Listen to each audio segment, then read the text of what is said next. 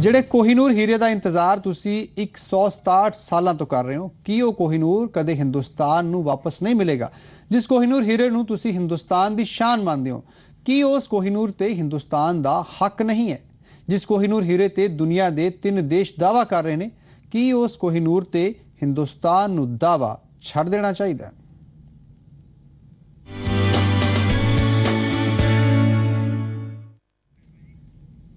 कोहिनूर हीरा Britain के शाही परिवार की शान वधाउंदा रहेगा। जी हाँ, केंद्र सरकार ने बेशकीमती कोहिनूर हीरे ते अपनी दावेदारी छड़ दी है। बेशकीमती कोहिनूर हीरा हुण कदे भारत नहीं आवेगा। बिल्कुल सही सुनिया तुसी।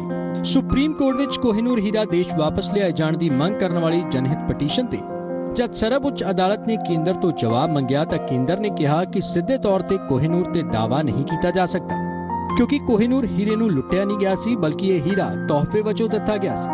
देश के संस्कृति मंत्रालय मुताबक मंत्राला आज़ादी तो बाद दीयां चीज़ां वास्ते जिम्मेवार है, उस तो पहलां दीयां दे लई नहीं। इस तो बाद सुप्रीम कोर्ट ने केंद्र तो पूछा कि की इस केस नूं खारिज कर दिता जावे।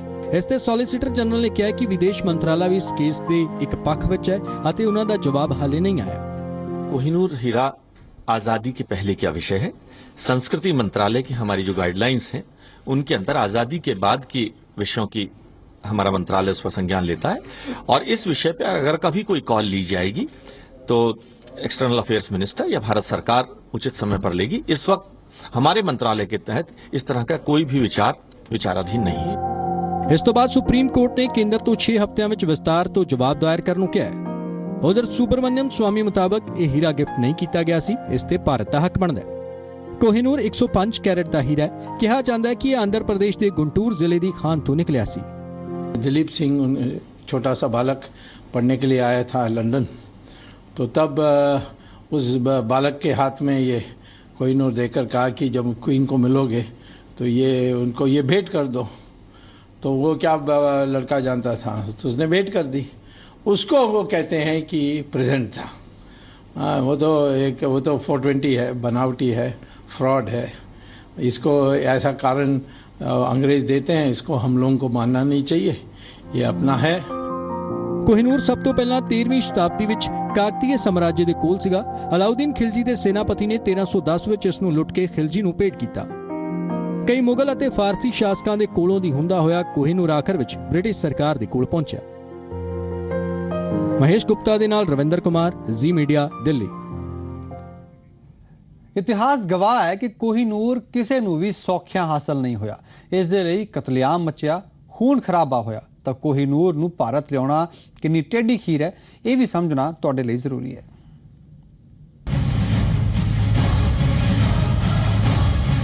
इतिहास के पन्नियां च दर्ज इस कोहिनूर हीरे दे लई ना जाने किन्ने बादशाहां ने खून की होली खेडी।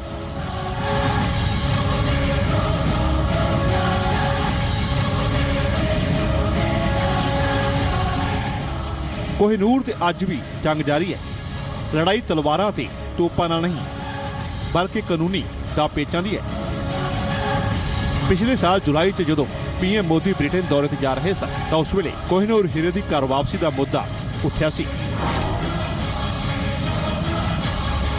भारतीय मूल के ब्रिटिश सांसद कीथ वाज ने मंग की सी कि कोहिनूर हीरा भारत नूं वापस परताया जाए। कोहिनूर की घर वापसी की उस मंग नूं उस वेले ब्रिटिश पीएम डेविड कैमरन ने खारिज कर दिता सी। कैमरन ने तर्क दिता सी कि जेकर इसी तरह की मंग मंजूर कर ली गई तो ब्रिटिश म्यूजियम खाली हो जाएगा। अजिहा करना मुमकिन नहीं होगा। कोहिनूर नूं वापस ना परताउण पिछे ब्रिटिश सरकार ने कई तरह दी दलीलां दित्तियां सन। कहा गया कि ब्रिटेन के म्यूजियम एक्ट 1963 मुताबिक नैशनल म्यूजियम च अजिहियां इतिहासिक और कीमती धरोहर हटाई नहीं जा सकती। Diamond, which was removed सरकार from ने India रवैये and presented to Queen Victoria in 1850 अपने शो लास्ट वीक टुनाइट विच व्यंग भी But कीता। the British government is the entire British Museum is basically an active crime scene. And if we start giving back everything we took from the Empire, that building will basically be completely empty except for one portrait of Lord Alfred Tennyson and a pair of Gary Oldman's old running shorts. And that can't happen. सिर्फ भारती नहीं, पाकिस्तान भी कोहिनूर हीरे ते अपनी चाहत जता चुका है। ਲਾਹੌਰ ਦੀ ਇੱਕ ਅਦਾਲਤ ਨੇ ਕੋਹਿਨੂਰ ਹੀਰੇ ਨੂੰ ਬ੍ਰਿਟੇਨ ਤੋਂ ਪਾਕਿਸਤਾਨ ਲਿਆਉਣ ਦੀ ਮੰਗ ਕਰਨ ਵਾਲੀ ਇੱਕ ਪਟੀਸ਼ਨ ਨੂੰ ਮਨਜ਼ੂਰ ਕਰ ਲਿਆ, ਜਿਸ ਤੇ ਸੁਣਵਾਈ ਵੀ ਚੱਲ ਰਹੀ ਹੈ। ਮਹੇਸ਼ ਗੁਪਤਾ ਦੇ ਨਾਲ ਰਵਿੰਦਰ ਕੁਮਾਰ, ਜ਼ੀ ਮੀਡੀਆ। ਤਾਂ ਕੋਹਿਨੂਰ ਦੀ ਜੰਗ ਤੁਸੀਂ ਲਗਾਤਾਰ ਦੇਖੀ ਕਿਸ ਤਰ੍ਹਾਂ ਦੇ ਨਾਲ ਹਰੇਕ ਮੁਲਕ ਕੋਸ਼ਿਸ਼ ਕਰ ਰਿਹਾ ਕਿ ਉਸ ਦੇ ਕੋਲ ਇਹ ਕੋਹਿਨੂਰ ਹੀਰਾ ਆ ਜਾਵੇ। ਤੇ ਹੁਣ ਤੁਹਾਨੂੰ ਇੱਕ ਰਿਪੋਰਟ ਦਿਖਾਉਂਦੇ ਆ ਕਿ ਕੋਹਿਨੂਰ ਹੀਰੇ ਦਾ ਪੂਰਾ ਇਤਿਹਾਸ ਕਿਸ ਤਰ੍ਹਾਂ ਦਾ ਰਿਹਾ।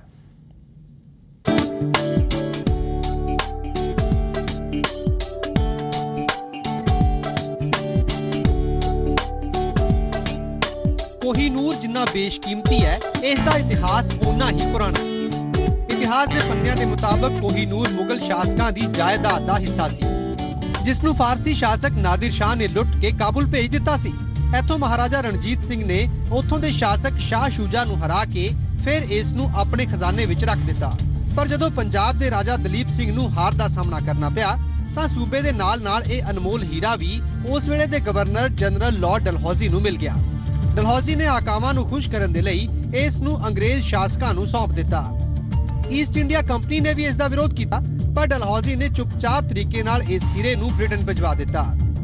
ਮੁਗਲ ਸ਼ਾਸਕਾਂ ਤੋਂ ਪਹਿਲਾਂ ਕੋਹਿਨੂਰ ਹੀਰਾ ਆਂਧਰਾ ਪ੍ਰਦੇਸ਼ ਦੇ ਗੁੰਟੂਰ ਜ਼ਿਲ੍ਹੇ ਦੀ ਕੋਲੂਨ ਖਦਾਨ ਚੋਂ ਮਿਲਿਆ ਸੀ। ਇਸ ਨੂੰ ਦੁਨੀਆ ਦਾ ਸਭ ਤੋਂ ਵੱਡਾ ਹੀਰਾ ਮੰਨਿਆ ਜਾਂਦਾ ਹੈ। ਇਸ ਹੀਰੇ ਤੇ ਕਾਕਤੀ ਰਾਜਵੰਸ਼ ਦਾ ਹੱਕ ਸੀ, ਜਿਸ ਨੂੰ ਹਿੰਦੂ ਮੰਦਿਰ ਵਿੱਚ ਦੇਵੀ ਦੀ ਅੱਖ ਦੇ ਰੂਪ ਵਿੱਚ ਸਥਾਪਿਤ ਕੀਤਾ ਗਿਆ ਸੀ। ਇਸ ਤੋਂ ਬਾਅਦ ਕਈ ਹਮਲਾਵਰਾਂ ਦੇ ਹੱਥਾਂ 'ਚੋਂ ਹੁੰਦੇ ਹੋਏ ਪਹਿਲਾਂ ਮੁਗਲਾਂ ਅਤੇ ਫਿਰ ਸਿੱਖ ਸ਼ਾਸਕਾਂ ਤੋਂ ਹੁੰਦੇ ਹੋਏ ਇਹ ਅੰਗਰੇਜ਼ਾਂ ਦੇ ਕੋਲ ਪਹੁੰਚਿਆ। ਅੱਜ ਦੀ ਤਰੀਕ ਵਿੱਚ ਹੀਰਾ ਬ੍ਰਿਟੇਨ ਦੀ ਮਹਾਰਾਣੀ ਕੁਈਨ ਐਲਿਜ਼ਾਬੈਥ ਦੇ ਮੁਕਟ ਵਿੱਚ ਜੜਿਆ ਹੋਇਆ ਹੈ।